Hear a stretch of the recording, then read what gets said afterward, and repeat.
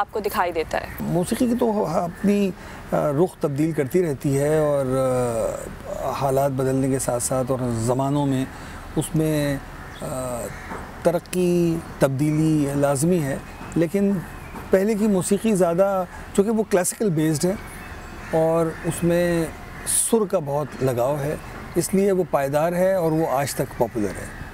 अब ये मौसीकी ऐसी अपनी शक्लें बदलती रहेगी, लेकिन वो जो हमारा ख़ास क्लासिकल म्यूज़िक का जो उसमें टच है, जब तक उसमें वो शामिल नहीं होगा उस वक्त तक कोई ख़ास ये पॉपुलर नहीं रह सकती। और ये दोबारा अपनी मौसीकी, हमारी क्लासिकल मौसीकी दोबारा अपना शक्ल बदल के भी अपना कामयाबी की तरफ जा रही है और पॉपुलर हो रही है। इसी बात को आगे लेके चलूँगी कि पहले के जो सिंगर्स हैं और आजकल के जो सिंगर्स हैं उसमें आपको क्या फ़र्क महसूस होता है? फ़र्क सिर्फ अप्रोच का है। उन्होंने वो अपने फ़न में बहुत रियाज़त के साथ शामिल होते थे। आजकल के गायक ये समझ रहे हैं कि शायद रियाज़त के बग़ैर ये मामला उनके काबू में आ जाएगा। ये उनके काबू में आना नहीं है, इसके लिए बहुत रियाज़त की ज़रूरत है और बहुत सुर का बहुत लगाव चाहिए। फिर उसके बाद आप कुछ भी गाएं, आप पॉप गाएं, चाहे आप गज़ल गाएं, चाहे गीत गाएं, उससे कोई फ़र्क नहीं पड़ता, लेकिन सुर का लगाव होना बहुत ज़रूरी है। इतना सीखा परवेज़ साहब आपने, म्यूज़िक को इतना टाइम दिया है, कभी जहन में ये नहीं आता कि पब्लिक परफॉर्मेंसेस हों, आप अपना ये जो शौक़ आपने पूरा किया, लोगों से दाद वसूल हो, या इस तरह की कभी कोई बात जहन में नहीं आती? नहीं, ऐसी कोई बहुत ज़्यादा कोशिश नहीं की, क्योंकि हमारा ये प्रोफेशन तो है नहीं, हमारा प्रोफेशन कुछ और है। और 30-35 साल से मैं मार्केटिंग के शोबे से मुंसलिक हूँ।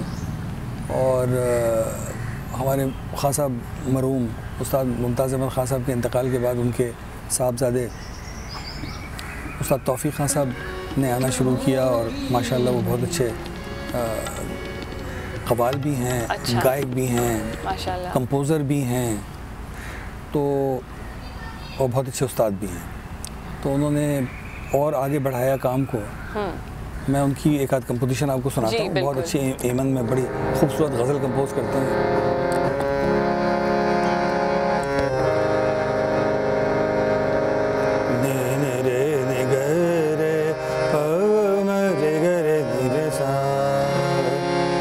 बहुत पहले से कदमों की आहट जान लेते हैं, बहुत पहले से कदमों की आहट जान लेते हैं, तुझे जिंदगी हम दूर से पहचान लेते हैं, बहुत पहले से कदमों की आहट जान लेते हैं, बहुत पहले से। बहुत खूब, बहुत खूब। आप ये बताइए कि आप क्या समझते हैं, पाकिस्तान, इंडिया, बांग्लादेश में मौसीकी का क्या स्कोप है और लोगों का क्या रुझान है मौसीकी की तरफ, और इसको आगे बढ़ाने के लिए क्या कोशिशें कर रहे हैं लोग?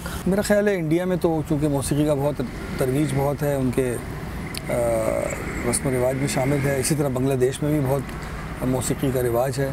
पाकिस्तान में कुछ लिमिटेशंस हैं, लेकिन पाकिस्तान में टैलेंट बहुत ज़्यादा है। और पाकिस्तान में आपने देखा कि तमाम तर लिमिटेशंस के बावजूद यहाँ बड़े अच्छे गुलकार पैदा हुए और आज भी बहुत अच्छे गुलकार हैं जिन्होंने जाके पूरी दुनिया में नाम पैदा किया है।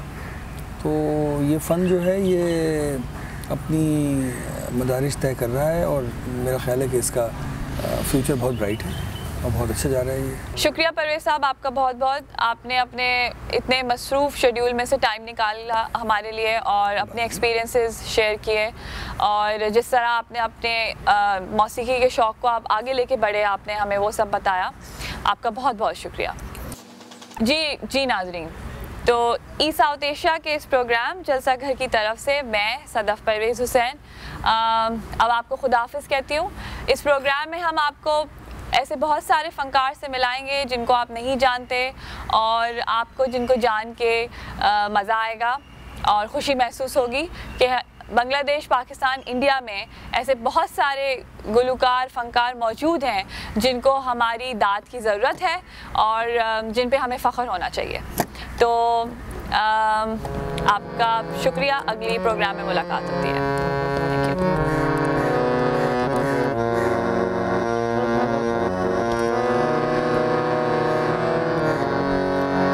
खुदावंदा